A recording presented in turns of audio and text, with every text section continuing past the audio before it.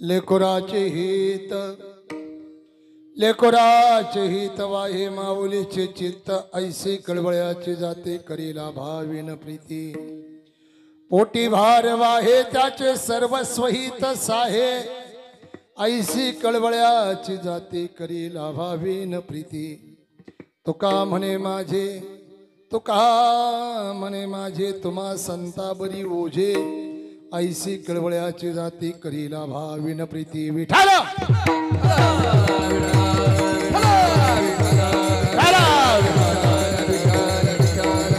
पांडुरंग करू प्रथम नमन मन करू प्रथम पांडुरंग करू प्रथम नमन हे पांडुरंग करू प्रथम नमन मन करू प्रथम पांडुरंग करू प्रथम नमन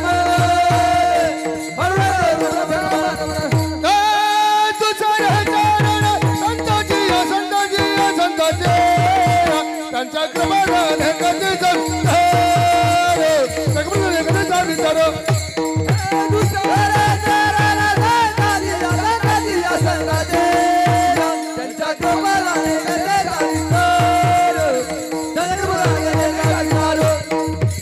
पांडुरंग करू प्रथम नमन दुसरे शरण संताजी त्यांच्या क्रमाने कधी विचार बाबाजी सद्गुरुदास तुका करू प्रथम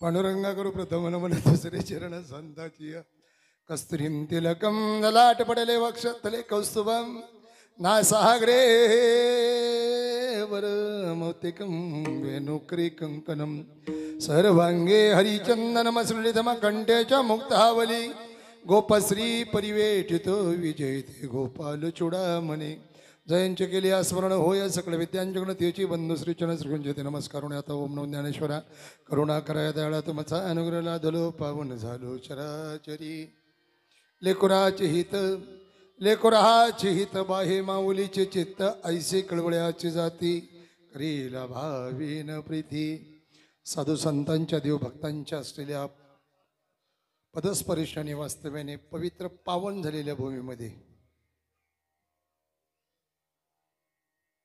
बरं ठीक आहे तुम्ही घरातली मंडळी इथे येऊन बसा म्हणजे ते काही टेन्शनच नाही राहायचं ना ते राम ज्याचं प्रेम आहे ना तो कीर्तनाला थांबल इथं येऊन बसा माझ्यासमोर तुम्ही लोकांना जर सुखात आणि दुःखात वेळ द्यायलाच वेळ नसेल तर यायचं काय ना फक्त तोंड दाखवायला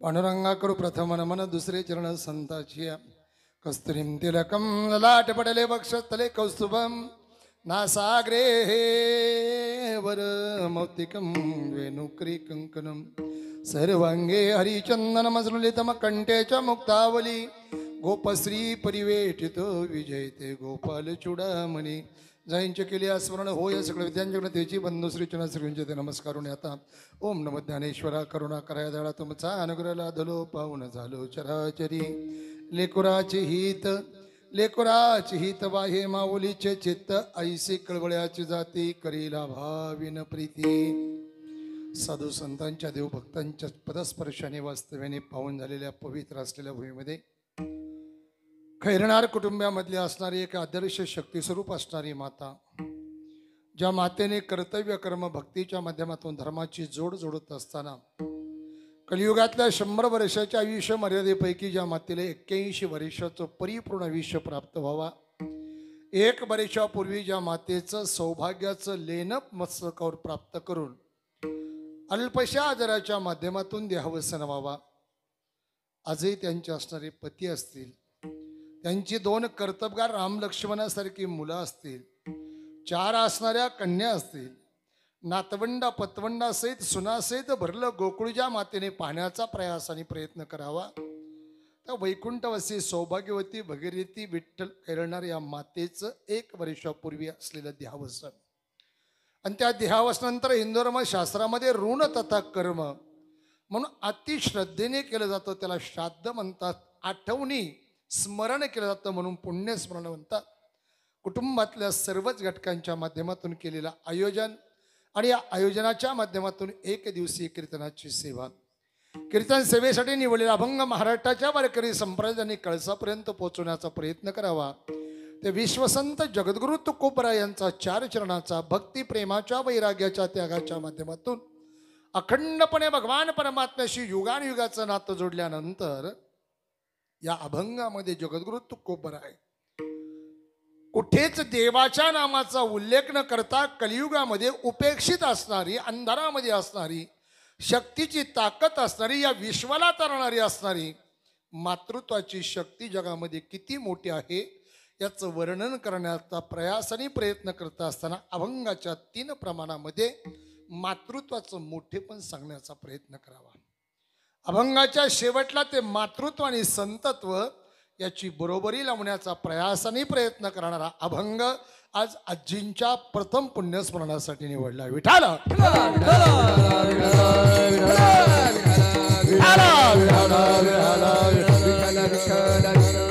हरि की कथा सुनाने वाले, हरि की कथा सुनाने वाले, हरि की कथा सुनाने वाले, हरि की कथा सुनाने वाले, हरि की कथा सुनाने वाले, हरि की कथा सुनाने वाले, हरि की कथा सुनाने वाले, हरि की कथा सुनाने वाले, हरि का दर्श दिलाने वाले, हरि का दर्श दिलाने वाले, हरि का दर्श दिलाने वाले, हरि का दर्श दिलाने वाले, प्रभु का दर्श दिलाने वाले, प्रभु का दर्श दिलाने वाले, प्रभु का दर्श दिलाने वाले, प्रभु का दर्श दिलाने वाले. तुमको लाख प्रणाम, तुमको लाख प्रणाम, तुमको लाख प्रणाम, तुमको लाख प्रणाम, तुमको लाख प्रणाम, तुमको लाख प्रणाम, तुमको लाख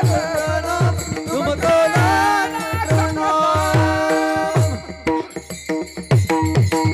हरि की कथा सुनाने वाले, हरि का दर्श दिलाने वाले, तुमको लाखो प्रणाम. भगवान परमात्म्याच्या भक्तीचं गुणगान करणारे, भगवंताचं दर्शन करून देणारे, भगवंताची प्राप्ती करून देणारे भगवंताचे भक्त तद्वत संत यांच्या चरणाला प्रणाम. याचाच अर्थ श्री संताच्या माता चरणावरी साष्टांग हे करी दंडवत. आणि म्हणून त्या जगन्नेत्या पंढरीश पांडुरंग परमात्मा रुक्मिणी माता देवभक्तांच्या संताच्या चरणाला वंदन करत असताना बालाजींच्या असलेल्या चरणाला वंदन करतो. कार्यक्रमाच्या निमित्ताने कोतुळेश्वर वारकरी शिक्षण संस्थेचे संस्थापक अध्यक्ष माझे परमार्थ स्नेहमित्र आदरणीय युवा कीर्तनकार नितीन महाराज गोडशे यांच्या संस्थेतले सगळे विद्यार्थी त्या सर्वांच्या चरणाला वंदन करतो. पहिल्यांदाच मृदुंगवादक मला वाजवतात, विशेष करून दाढीवाले आहेत, तुमच्या चरणाला वंदन करतो. आता आमचे देशमुख महाराज अगदी लहानपणापासून म्हणजे 18-19 वर्षापासून म्हणजे कृष्णनगरची कीर्तनं तेव्हाची, बरोबर ना, तेव्हापासून परिचय, त्यांच्या चरणाला वंदन. तुम्ही मला आज पहिल्यांदाच भेटल्यात, तुमच्या चरणाला वंदन. संस्थेतले सगळे विद्यार्थी, पेंद्या वाकड्या बोबड्या सुद्धा त्यांच्या चरणाला वंदन. आपल्या परिसरातले अधिकार संपन्न टाळकरी मंडळी, विनेकरी आणि दोन्ही बाजूला असणारे दोन्ही चोपदार त्यांच्या चरणाला वंदन करतो. अधिकार संपन्न पेटीवादक त्यांच्या चरणाला वंदन करतो. कार्यक्रमाच्या निमित्ताने या सर्वांना घेऊन येण्याची एक जबाबदारी म्हणून नितीन महाराज यांचे वडील आमच्या दादांच्याही चरणाला या ठिकाणी वंदन करतो. उजव्या बाजूला बसलेल्यामध्ये शक्तिस्वरूप असणाऱ्या माझ्या माता भगिनी, ज्याच्यामध्ये छोट्याशा कन्येपासून वयोवृद्ध असलेल्या आजी समान असलेल्या सर्वच माता भगिनींच्या चरणाला वंदन करतो. माझ्या समोर बसलेला भगवंत स्वरूप असणारा पुरुष वर्ग, त्यांच्याही चरणाला वंदन करतो. कीर्तनकार आकलीने किती विद्वान असतात तर कीर्तनकाराचा प्राण हा गायक आणि वादक असतो आणि कीर्तनकाराचा श्वास म्हणजे स्पीकरवाला असतो. दादा तुझा आवाज चांगला आहे, अजून इथून पुढं संवाद असतो, आम्हा सगळ्यांना चांगला आवाज द्यावा अशी तुझ्या चरणाला प्रार्थना करतो. आणि बाह्य विषयाकडनं आता अभंग आणि प्रसंग याच्या पदापदाच्या चिंतनाकडे येतो. विठाल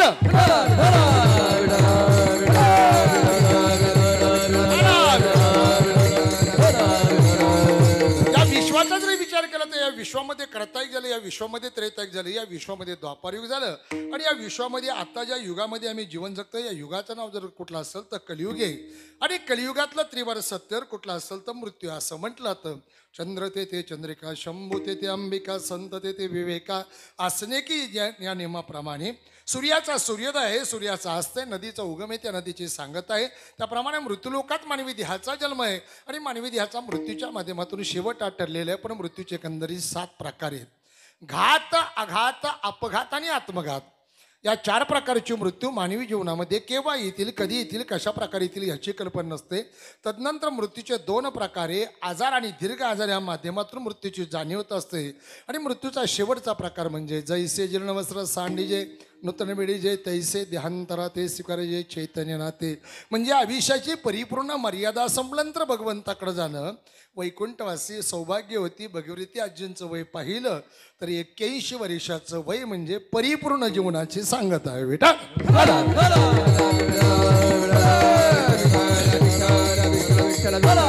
आणि म्हणून या कलियुगातल्या त्रिवार सत्याचं वर्णन करत असताना ज्ञानोबराय दुसऱ्या अध्यायामध्ये वर्णन करतात. उपजयते नासे नासिले ते पुनरपि दिसे, हे घटिका यंत्र जैसे परिभ्रमेया. हे जन्म मरणाचं घटनाचक्र आहे. जीवात्मा जन्माला येणार आहे, मृत्यूच्या माध्यमातून जावाच लागणार आहे. आणि म्हणून संतांनी याची जाणीव करून दिली. आजा मेला पंजा मेला बाप मसना गेला हो, मेला पंजा मेला बाप मसना गेला हो. हे आजा मेला पंजा मेला बाप मसना गेला हो. आजा मेला पंजा मेला बाप मसना गेला हो. देखत देखत ना तू बंधू तुही तैसा झाला हो. देखत ना तू बंधू तुही तैसा झाला हो.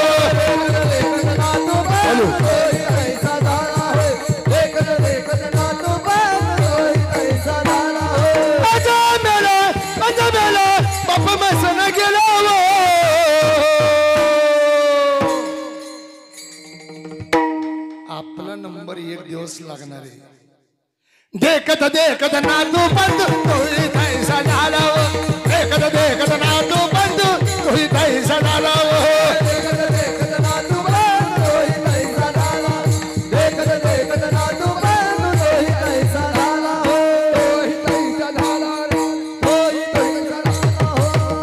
संतांनी जाणीव करून दिली बाबांनो आपला नंबर 1 दिवस लागणार आहे. आजा मेला पण जा मेला बाप मसन गेला हो.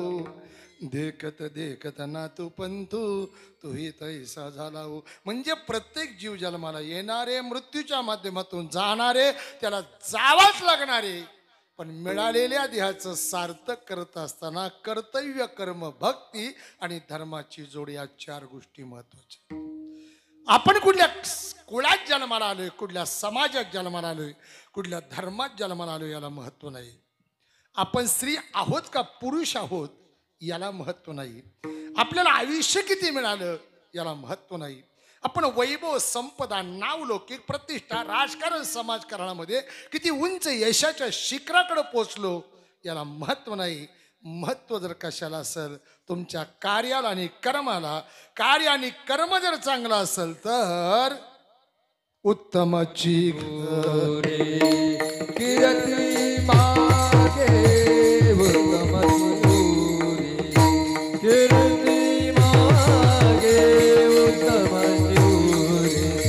कीर्ती मागे उत्तम तुका म्हणे का मरण्याची करे उत्तमाची उरे. कीर्ती मागे उत्तमाची उरे. कीर्ती मागे तुका म्हणे का मरण्याची करे उत्तमाची उरे. कीर्ती मागे उत्तमाची उरे. कीर्ती मागे तुका म्हणे का मरण्याची सरे उत्तमची उरे कीर्ती मागे. मग कीर्त्या जर मरण्यासाठी आयुष्याला महत्व नाही, संपत्तीला महत्व नाही, पदाला महत्व नाही, नावलौकिकाला महत्व नाही. महत्व कशाला असेल तर कार्य आणि कर्माला. ज्या मातेचं देहावसन झालं, जी माता 1 वर्षापूर्वी हे लोकीची यात्रा सोडून परलोकामध्ये गेली, त्या व्यक्तीचं कार्य आणि कर्म याचा जर विचार केला तर 2 आदर्श मुलं 4 आदर्श कन्या तुकोबराय म्हणतात. कुळी कन्या पुत्र होती जे सात्विक तयाच हारिक वाटे देवा. हो हो तयाच हारिक वाटे देवा. तयाच हारिक वाटे देवा. तयाच हारिक वाटे देवा. कुळी कन्या पुत्र होती जे सात्विक. कुळी कन्या पुत्र होती जे सात्विक. कुळी कन्या पुत्र होती जे सात्विक. कुळी कन्या पुत्र होती जे सात्विक. हे तयाच्या हारिक वाटे देवा. हो तयाच्या हारिक वाटे देवा. तयाच हारिक वाटे देवा. तयाच हारिक वाटे देवा. बाहेर बसलेले आजीचे नातू लेकीच्या पोर सगळे आतमध्ये आले सगळे. अरे आपलाही नंबर 1 दिवस लागणार आहे. आपल्या दशक्रियेच्या दिवशी श्राद्धाच्या दिवशी लोकांनी चांगलं बोललं पाहिजे. विठा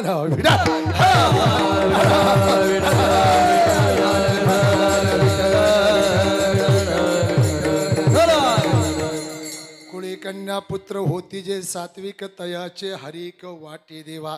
त्या देवाला आश्चर्य वाटा अशी सात्विक विचाराची मुलं आहे. हेच आजींचं कार्य आणि कर्म आहे. अशा आजींचं 1 वर्षापूर्वी देहावसन. योगायोग देशमुख महाराज आजींच्या दशक्रिया विधीला माझंच प्रवचन आणि ती अर्धवट राहिलेली भर काढून टाकायला. बरोबर ना जगम पाटील. पावसाने अडचण आणली. स्पीकरवाला ध्यानावर नाही. त्याच्याकडं बॅटरी नाही. जनरेटर नाही. तोबा गर्दी. त्यात मला इथलं कार्यक्रम करून मंचरला कीर्तनाला जायचं होतं. पण त्याची कसर आज काढून घेतो. विठाल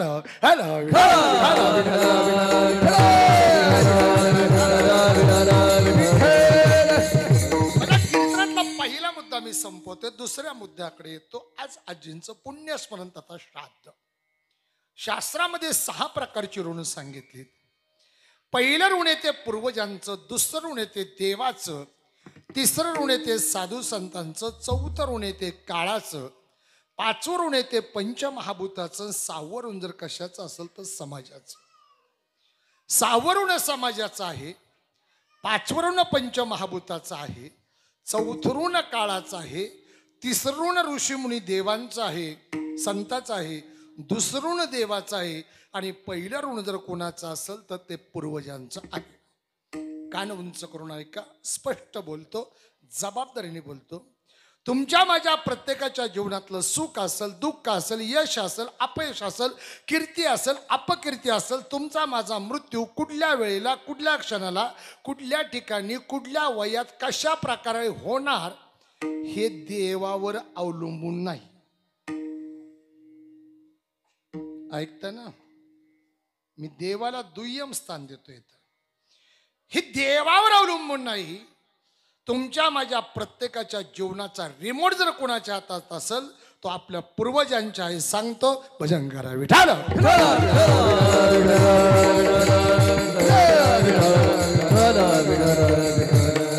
अति देवकी देवगर्भं गोपी गुणं मायाच पुत्रा जीवता पारणं गोवर्धनोद्धरामसा यत्र योगेश कृष्ण परमात्म्याची आत्या कुंती माता. कुंती मातेची मुलं धर्म, भीम, अर्जुन. माद्रीची मुलं नकुल आणि सहदेव. कृष्ण भगवंताची आत्या कुंती. कुंती आणि माद्रीची मुलं म्हणजे कृष्ण परमात्म्याची मेवणी. ज्ञानोबराय 9व्या अध्यायामध्ये वर्णन करताना म्हणतात, जो मज हो या अनन्य शरण त्याचे निवाल मी जन्म मरण. या लागी शरणांगता शरण मी चुकू. मागे पुढे उभा राहे संभाळिता आली या घात निवारा. भक्ता राखे पायापासी दुर्जना ते सवारी. निर्वाणी गोविंद असे मागे पुढे काहीच साकडे पडवणे दी. या सगळ्या प्रमाणाचा विचार केला. जो देवाची भक्ती करतो देव त्याला तारतो. थोडी माझ्याकडनं देवाच्या विरोधात बंडखोरी होईल पण स्पष्ट सांगतो भजन करा विठाल.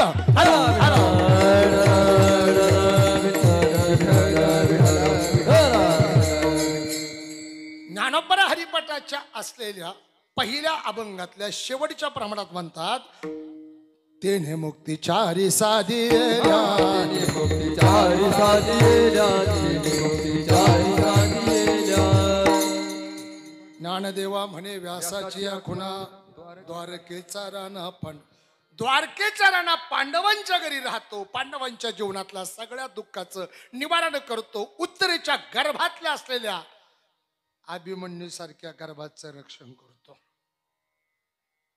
अर्जुनाचं देवाचं देवभक्ताचं नाते. अर्जुना संकट पडता जडभारी गीता सांग्यारी कुरुक्षेत्रावरी.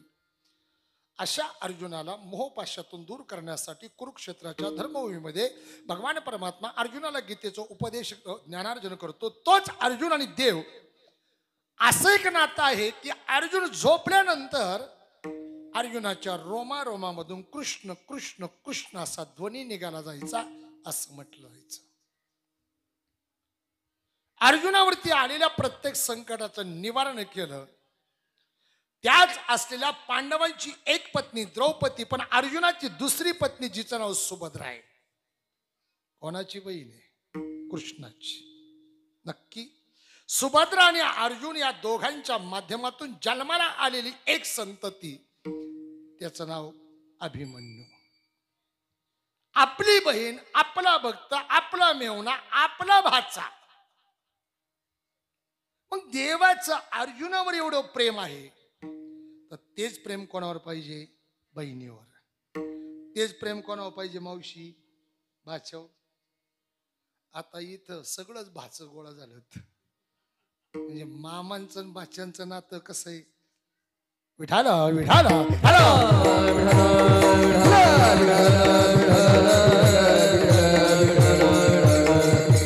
मग भगवान कृष्ण परमात्मा जगाचा जगन्नेता आहे. सच्चिदानंद रूपाय विश्वतत्त्यादी हेतवित्रापत्रय विनाशाय श्रीकृष्ण वयुना. तीन तापाचा नाश करण्याचा अधिकार जो भगवान कृष्ण परमात्माचा आहे, तो अर्जुनावरल्या संकटाचं निवारण करतो, द्रौपदीवरल्या संकट निवारण करतो, पांडवांवरल्या संकटाचं निवारण करतो. अभिमन्यूची पत्नी उत्तरा तिच्या गर्भात जाऊन त्या गर्भाचं रक्षण करतो. पण तोच कृष्ण परमात्मा अभिमन्यूचं रक्षण का करत नाही? देवाला माहित नव्हतं का उद्या अभिमन्यू मारणार आहे? देवाला सगळं माहितीये, पण तरी सुद्धा देव अभिमन्यूला वाचू शकला नाही. याचं कारण देवापेक्षा एक शक्ती श्रेष्ठ, ते म्हणजे मृत्यू आहे. विठाल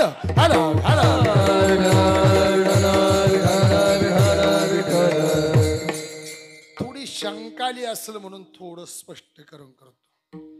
काही लोक म्हणतील देवाला उद्या किती मारणार आहे ते आदल्या दिवशी व्हॉट्सअप मेसेज येत होता का? शंका येईल ना, पण ऐका जरा.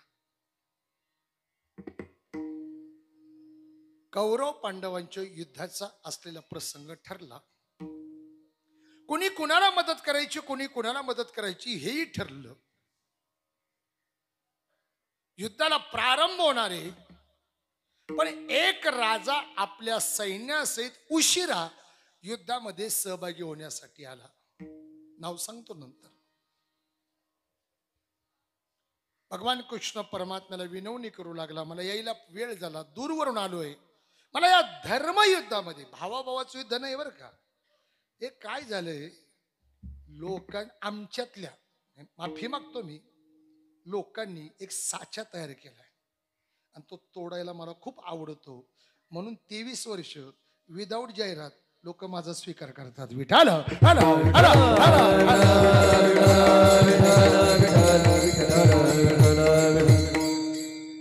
एक साचा तयार केलाय. महाभारत भावाभावाचं युद्ध. जर भावाभावाचं युद्ध आहे तर गीतेमध्ये वर्णन करताना पहिला श्लोक आहे, धर्मक्षेत्र कुरुक्षेत्र. ती धर्मभूमी आहे. नीती आणि अनिती, सत्य आणि असत्य, धर्म आणि अधर्माचं युद्ध आहे. तो राजा आल्यानंतर भगवंताला म्हटलं मला यायला उशीर झालाय. भगवान कृष्ण परमात्मा म्हटले सैन्याची वाटप झाली, पण मला या धर्म कार्यामध्ये सहभागी व्हायचे काहीतरी.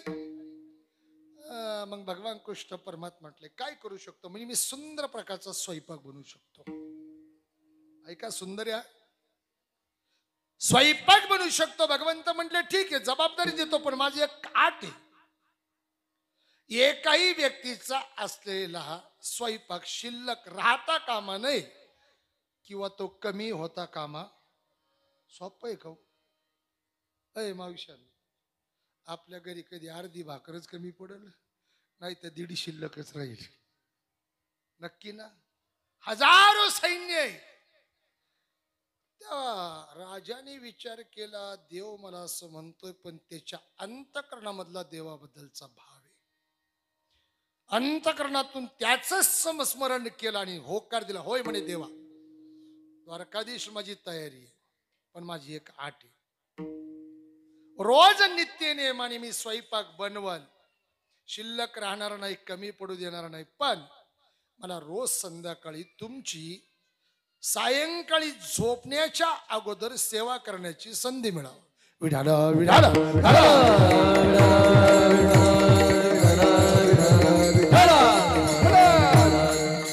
भगवंत म्हणले ठीक आहे, काय हरकत नाही. युद्धाला प्रारंभ झाला. युद्ध जिंकलं गेलं.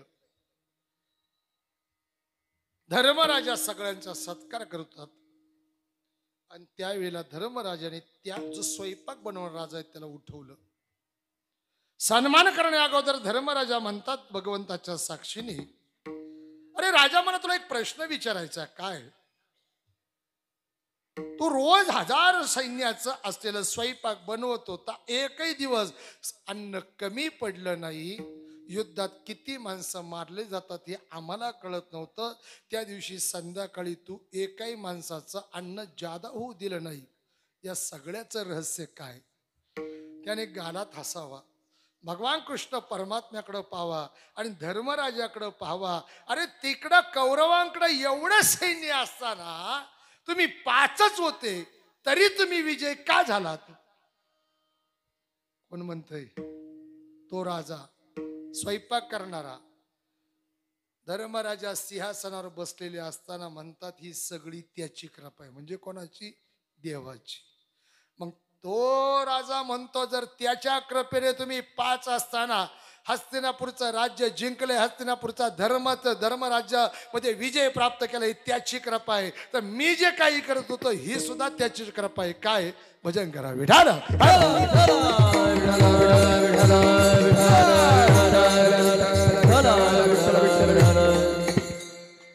खैरना दादा वय किती आता?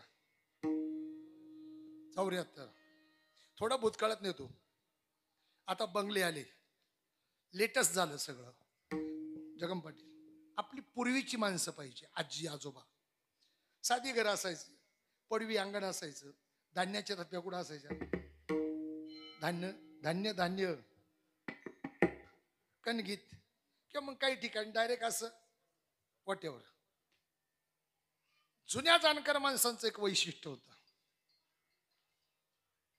संध्याकाळी जेवण जर झालं तर त्या घरातली वयस्कर व्यक्ती त्या धान्याच्या असलेल्या थप्पीला पाठण लावून बसायणार.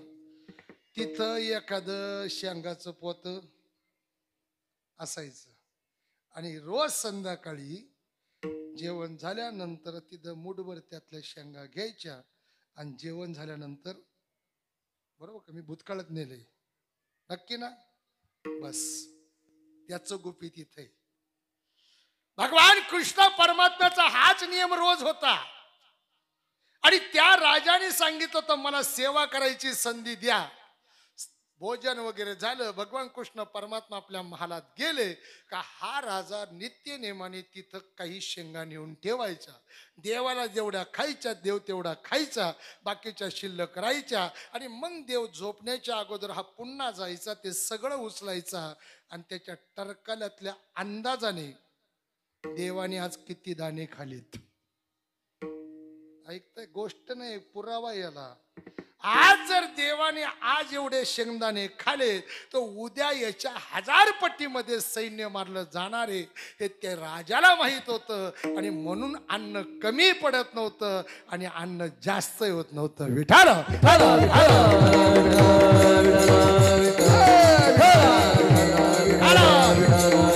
आणि मग हे गुपित तिथं त्या राजाने दरबारामध्ये सांगितलं. म्हणून मी देवाची सेवा केली. आणि मग जर देवाच्या सेवेने मला याची कल्पना मिळाली तर माझ्याकडनं अन्न कमी होत नव्हतं, जास्त होत नव्हतं.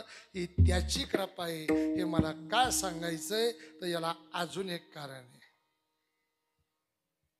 हॉटेल लाईन मध्ये सगळ्यात जास्त यशस्वी कुठला समाज आहे? हा, शेट्टी, साऊथ. नक्की. त्या राजाचं नाव आहे उडुपी. काय नाव आहे त्या राजाचं? भगवान कृष्ण परमात्म्याने तेव्हा वर दिलाय, तू माझ्यावर विश्वास ठेवून सैन्याचा असलेला स्वयंपाक बनवला, पण मी तुला आज एक आशीर्वाद देतो. या जगामध्ये सगळ्यात जास्त चविष्ट पदार्थ बनवण्याची ताकद जर कोणाकडे असेल तर फक्त उडुपीकडे आहे. आणि म्हणून आज हॉटेल लाईन मध्ये महाराष्ट्रात नव्हे परदेशात सुद्धा सगळ्यात यशस्वी कोण आहे? ए दिदे, उडुपी ना.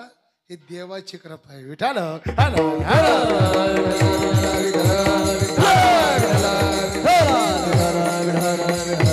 माझा मुद्दा आहे. मग मला सांगा, किती सैन्य आदल्या दिवशी देवाला कळत होतं उद्या मारलं जाणार आहे, पण देवाने अभिमन्यूला वाचवलं का? आपला वाचाय, लाडक्या बहिणीचा मुलगा आहे, भक्ताचा पोरगा आहे, तरी सुद्धा नाही. याचं कारणच आहे, देवापेक्षा एक शक्ती जर कोण असेल तर आपले पूर्वज. विठाल विठाल. त्याच्या पलीकडे जाऊन सांगतो, आपल्या कुळामध्ये संतती प्राप्त होणं, त्याच्यामध्ये मुलगा होणं मुलगी होणं हे देवावर अवलंबून नाही, हे आपल्या पूर्वजांना अवलंबून आहे. म्हणून मी मगाशी सांगून आलो, आपला जीवनाचा रिमोट कोणाच्या हातात असेल तर आपल्या पूर्वजांच्या आहे. आपलं सुख दुःख यश अपयश कीर्ती अपकीर्ती आपला मृत्यू, आपल्या वंशाची वृद्धी करायची, वंश खंडन करायचं, बुडीत करायचं, हे सगळं जर कोणावर अवलंबून असेल तर आपल्या पूर्वजांवरती. आणि म्हणून शास्त्रामध्ये पहिलं प्राधान्य जर कोणाला असेल तर आपल्या पूर्वजांना आहे. ब्रह्म सनातन अंग संगे, ब्रह्म सनातन अंग संगे, ब्रह्म सनातन अंग संगे, ब्रह्म सनातन. पितृसेवा पुण्य लाधले निधान, पितृसेवा पुण्य लाधले निधान, ब्रह्म सनातन अंग संगे, ब्रह्म सनातन अंग संगे.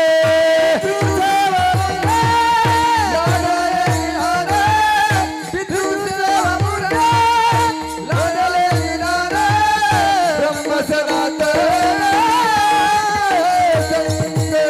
ब्रह्म सनातन अंग संगे.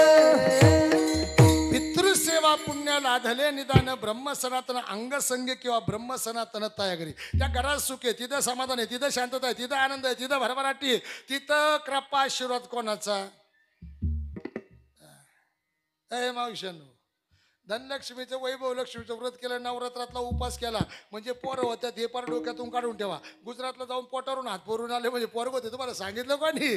हे सगळं तोतांडे. आपल्या कुळात मुलगा मुलगी संततीसाठी आपल्या पूर्वजांचाच आशीर्वाद. पितृसेवा पुण्य लाधले निदान, ब्रह्म सनातन अंग संग किंवा ब्रह्म सनातन तयाघरी. त्या घरात सुख आहे, तिथं समाधान आहे, तिथं शांतता आहे, तिथं आनंद आहे, तिथं बरोबर आहे, तिथं याची प्राप्ती कुठं? मग आज असणारे आजींचे 2 चिरंजीव सुना, नातवंड, त्यांचे भाई, त्यांचे पुतणे, नवे नेतर पूर्ण खरनाळ कुटुंबातल्या रक्तातल्या सर्वच नात्यांच्या व्यक्तींच्या माध्यमातून आई साहेबांच्या आशीर्वादाची प्राप्ती आपल्याला प्राप्त व्हा म्हणून केलेल्या कार्यक्रमाचं आयोजन. आता काही लोक शंका घेतील, महाराज आई गेले आता काय?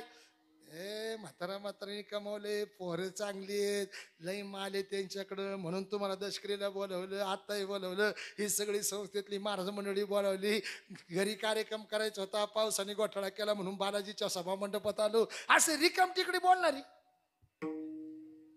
रिकाम टेकड्यांचं काय तोंडाला हात लावत, तोच कायला लागतोय. नाही, पुढचं हे लय महत्वाचं दादा, तोच कायला, दुसरा नाही चालत का? विठाल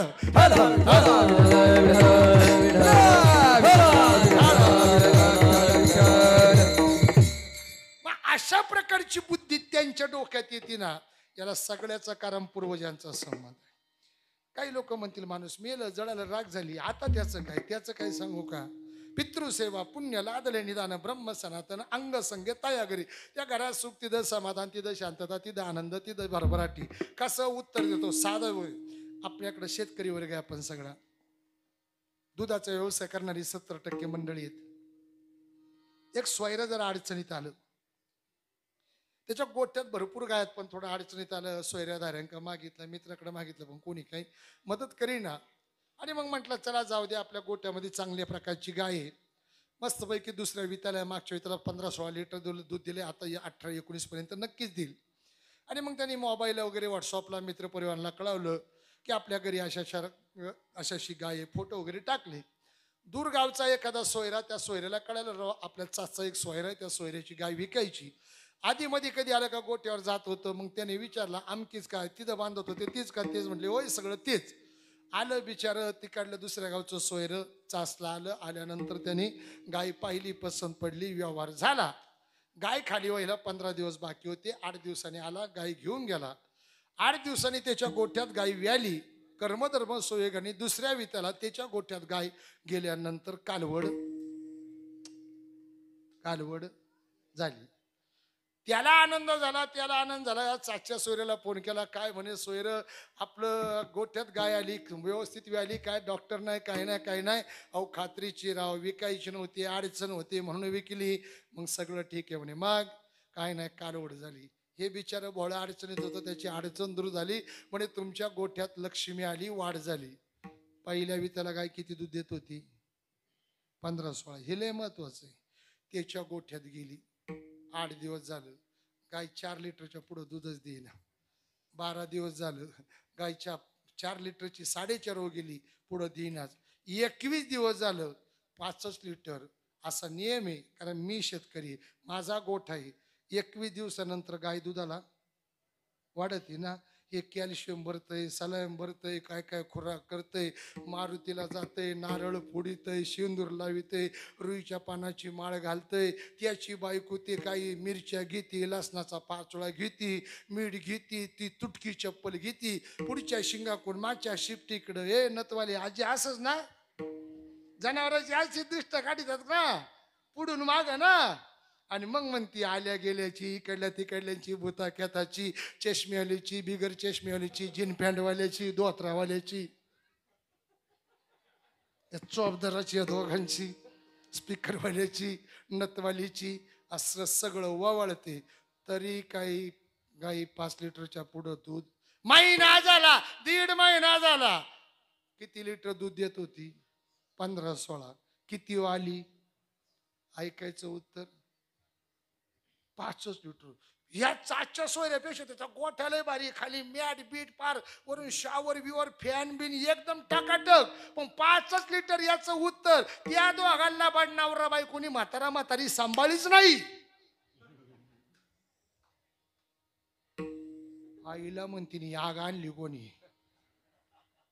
सांभाळायचं जाऊ द्या, दसकरीला दुसऱ्या भावाला पैसे सुद्धा नाही दिलं.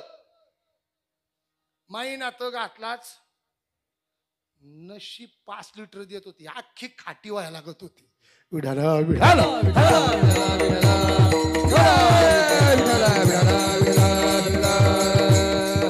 ब्रह्म सनातन अंग संगे. त्या घरात सुख, तिथं समाधान, तिथं शांतता. तुम्ही पूर्वजांना कमी समजू नका. पूर्वजच आपला रिमोट आहे. अर्ध्या मिनिटात सांगू का, मधल्या कालखंडात कांदे काढणी चालू होती, विक्री चालू होती. काहींचं तर आता सडलंच पाणी साठलं. काढाय पाहिजे होतं पण नाही काढलं. काढू, दुर्बुद्धी काय आली? अर्ध्या मिनिटात अध्यात्मातून सांगतो. आपली बायको जुगारात लावणं योग्य काय योग्य? योग्य काय योग्य? धर्मराजाने लावली का नाही? भीम सांगत होता दादा नको, नकुल सांगत होता, अर्जुन सांगत होता, पितामह भीष्म सांगत होते जुगार खेळू नको, खेळला. बायको लावू नको, लावली. दुर्बुद्धी आली का नाही? बरं चला पुढं. अभिमन्यूला चक्रव्यूहात जायचं माहित होतं, बाहेर यायचं माहित होतं का नाही? काय आली? दुर्बुद्धी. तेवढ्या वेळासाठी आली, संपला. इकडं तेवढ्या वेळासाठी दुर्बुद्धी, वनवास. तुकोबराय म्हणतात दुर्बुद्धी ते मना कदा न उपजवणार आहे ना. आता कार्यक्रमाला बरीच आल्यात पण त्यांचं कीर्तनाकडे लक्षच नाही. ही सुद्धा त्यांच्या पूर्वजांची दुर्बुद्धी. तू जर इथं बसला जर काय ऐकलं आणि त्याच्यामुळे जर तुझ्यावरती पूर्वजांची कृपा झाली तर तुझं स्वान होईल. पण पूर्वज चॅप्टर आहे. पूर्वजांचा आत्मा जर आतृप्त असेल ना ते तुम्हाला सद्बुद्धीकडे नेतच नाही, दुर्बुद्धीकडे नेतो. अर्ध्या मिनिटात दृष्टांत सांगतो. विठाल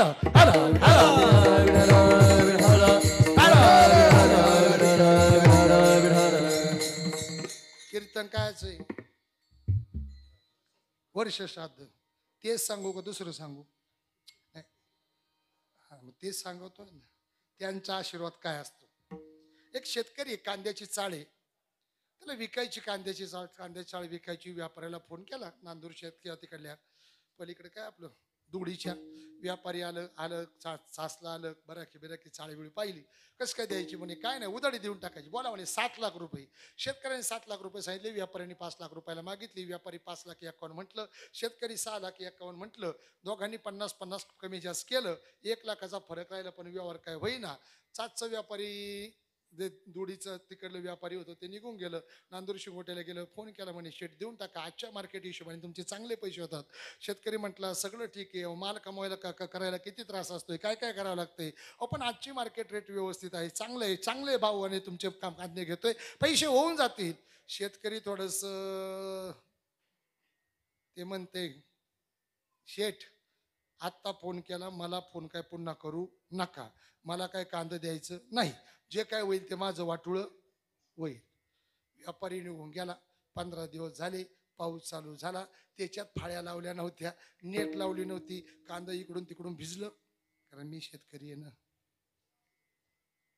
त्याच्यात पुन्हा 15 दिवस गेलं, पुन्हा वातावरणात बदल झाला. कांद्यानी कोजळी पकडली.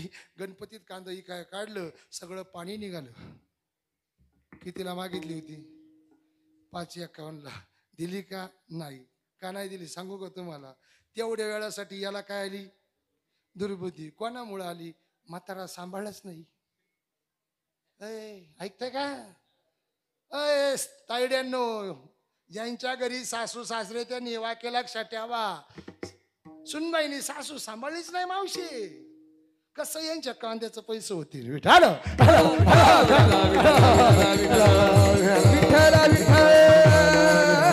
आणि म्हणून आज असलेल्या आज भगीरथी आजींचं पुण्य स्मरण, दादा त्यांचे बंधू या सगळ्यांच्या माध्यमातून कशासाठी तर कृपा आशीर्वादाच्या माध्यमातून माझ्या कीर्तनातला दुसरा मुद्दा संपला. 11:40 झाले. आता तिसरा मुद्दा. या विश्वामध्ये क्रतायुग झालं, या विश्वामध्ये त्रेतायुग झालं, या विश्वामध्ये द्वापारयुग, या विश्वामध्ये कलियुग आहे. प्रत्येक युगामध्ये आयुष्याची मर्यादा वेगळी आहे, भगवंताला प्राप्त करण्याचं साधन वेगळं आहे. पण माझ्या पुढच्या मुद्द्याकडे जायचंय, मरणाचा प्रकार वेगळा आहे. विठाल काही लोक म्हणतील महाराज तुम्ही कीर्तनाच्या पूर्वी सुरुवातीला सांगितलं 7 प्रकारचे मृत्यूचे प्रकार आहे. हो आहे 7 प्रकारचे. पण क्रतायुगातला मृत्यू वेळ लक्षपूर्वक आहे का?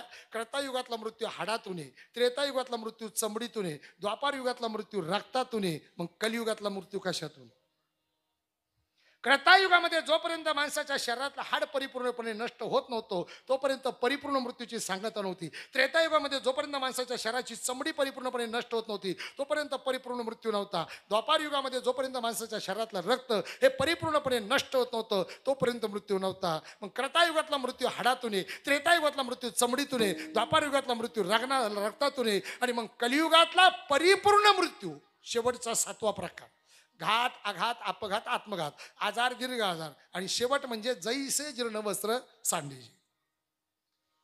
लक्षपूर्वक ऐका. क्रतायुगातला मृत्यू हाडातून, त्रेतायुगातला मृत्यू चमडीतून, द्वापार युगातला मृत्यू रक्तातून आणि कलियुगातला मृत्यू जर कशातून असेल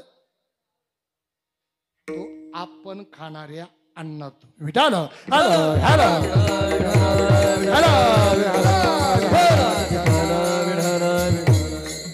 लोक म्हणतील अहो आम्ही आता सध्या काय काय खातोय काय काय नाही खात. हाच घोटाळा आहे.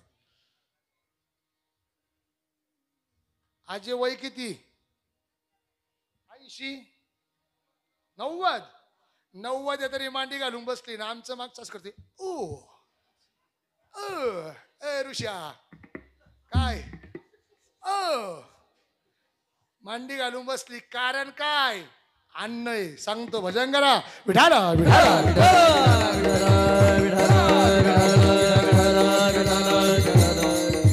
भूतकाळाकडे जाऊया. 25-30 वर्षापूर्वी, 25-30 वर्षापूर्वी चाचा एखादा शेतकरी, त्या शेतकऱ्याने जर आपल्या शेतामध्ये जर बाजरी पेरण्याचा प्रयत्न केला, 1 एकर मध्ये किती पोती व्हायची?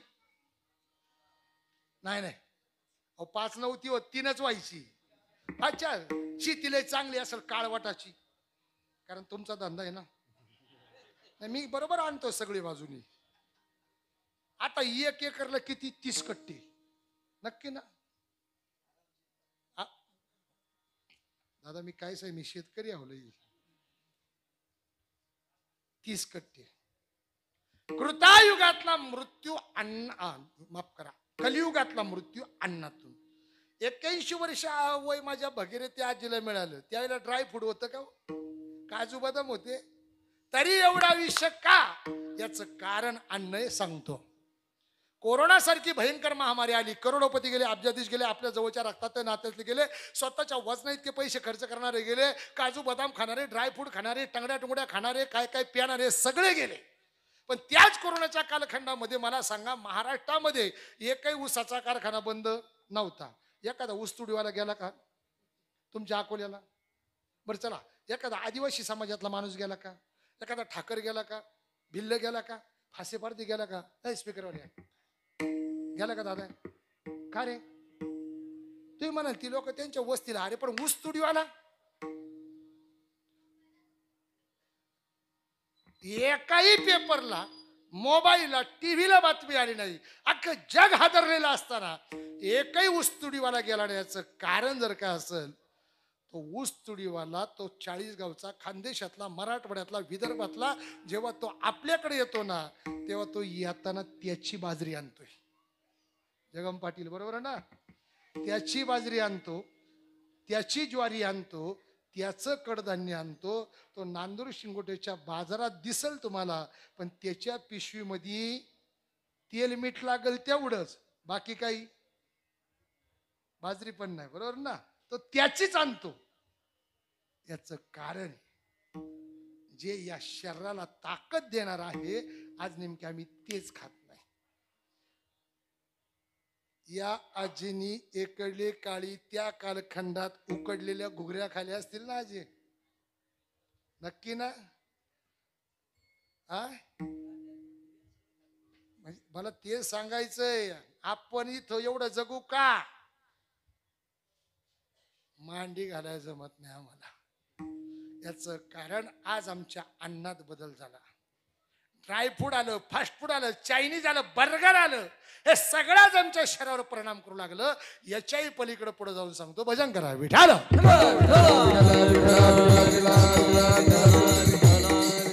पार भूतकाळ पार. सुरुवातीला कालवण कशा शिजवलं जायचं? मडकं गेलं. नंतर काय आलं?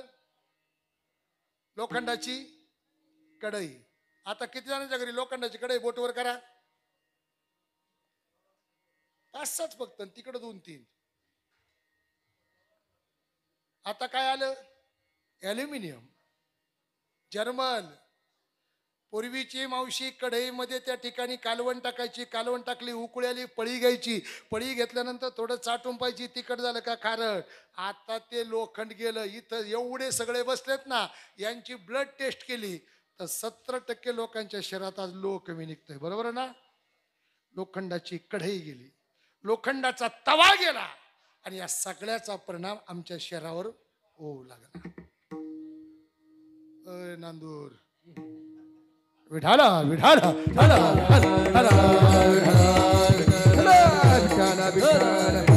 अरे या भारत देशावर ज्यांनी राज्य करण्याचा प्रयत्न केला ते इंग्रज आपल्या कैद्यांना सोन्याच्या थाळी सुद्धा जेवायला देऊ शकत होते.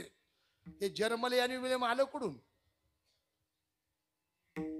Slow poisoning.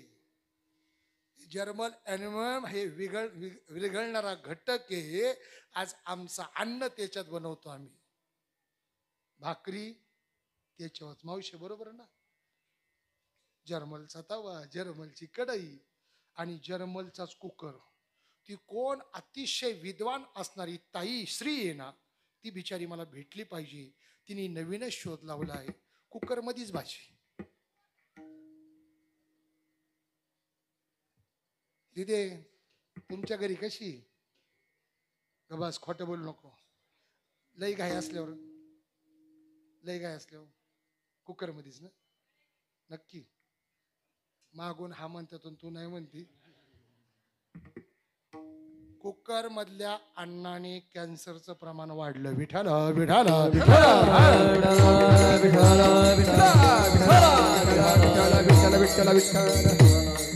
त्याच्यामध्ये असणारी जी रबर रिंग आहे, रबर, ही काही अंश त्या अन्नामध्ये त्या वाफेच्या रूपाने येते.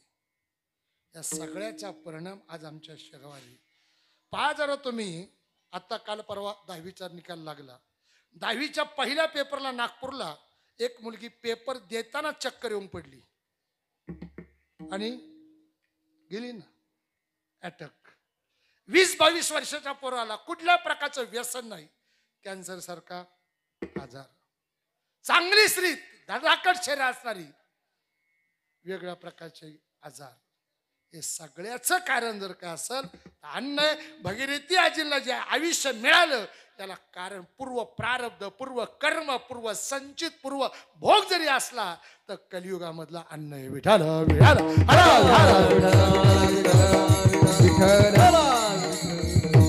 आज आम्ही जे खायला पाहिजे ते खात नाही. किती लोकांच्या घरी कडधान्य हो, आम्हाला चवळी चालत नाही, उडीद चालत नाही, मटकी तर चालत नाही, बर्गर चालत, टांगड्या टोंगड्याचं ते कच्च चापच ते पचत, मटकी नाही पचत. घाणेरड्यांनो, मटकी खाणे त्रास होतो आणि ते बरं पचत. Slow poison. 81 वर्षाचा मी, विनोद नाहीये, वर्तमान स्थिती पटवून देतो मी तुम्हाला पुढे. आज सगळं आमचं बदललं गेलं, याचा परिणाम आमच्यावर शरीरावर होऊ लागला. आणि म्हणून कलियुगातला मृत्यू हा अन्नातूनच आहे. सांगतो भजन करा विठाल.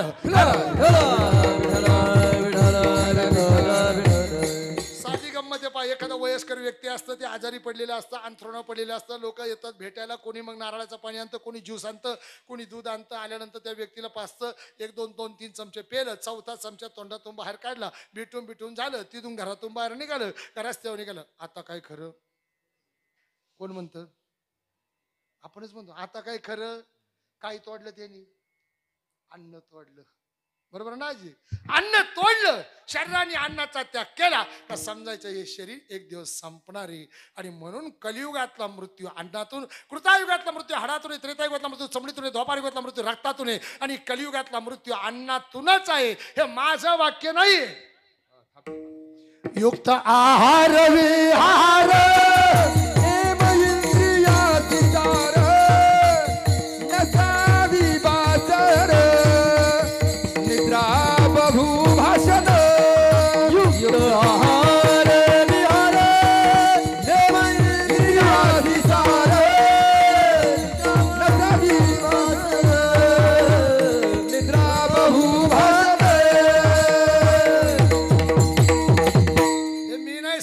संत सांगतात. कलियुगातलं चांगलं आरोग्य आणि आयुर्मान जर पाहिजे असेल, युक्त आहार विहार. आमचा आहार बदलला, खाण्याचा टायमिंग बदलला. कधी झोपतो हे मोबाईलने कळतच नाही, कधी उठलो तो तेही कळत नाही. मला शंका आहे, भविष्यामध्ये इथून पुढे 70% लोकांचा मृत्यू झाल्यानंतर त्यांच्या पिंडदानाच्या दिवशी त्यांचा प्रिय मोबाईल त्यांच्या पिंडावर ठेवावा लागणार. आणि नुसता ठेवावं नाही लागणार. कुठला महाराष्ट्रातला ख्यातनाम कथाकार, कीर्तनकार, विद्या वाचस्पती, वेदांताचार्य, रामायणाचार्य, भागवताचार्य जरी आणला तरी तुझा त्याचा काकस्पर्श होणार नाही. कारण ते रात्री चॅटिंग करता करता मेलेले असतं. हे मरण अटळ आहे, कधी येईल याची खात्री आहे का? ते चॅटिंग करता करता मेलेलं असतं आणि म्हणून त्याचा प्रिय मोबाईल त्याच्या पिंडाजवळ ठेवावा लागणार. ए ऋषी, ऐकतोय का? तुम्ही सगळेच मामा भाचे सगळेच हसतात रे. त्याचा प्रिय मोबाईल त्याच्या पिंडावर ठेवावा लागणार आणि त्याच्या प्रिय व्यक्तीला सांगावं लागणार, ओनली वन, प्लीज 1 SMS हाय. एकदा का हायचा मेसेज पिंडाजवळच्या मोबाईलचा व्हायब्रेट झाला, इकडून सेंड झाला, पिंडाजवळचा मोबाईल व्हायब्रेट झाला का समजायचं पलीकडून कावळा. अहो लोक दिशी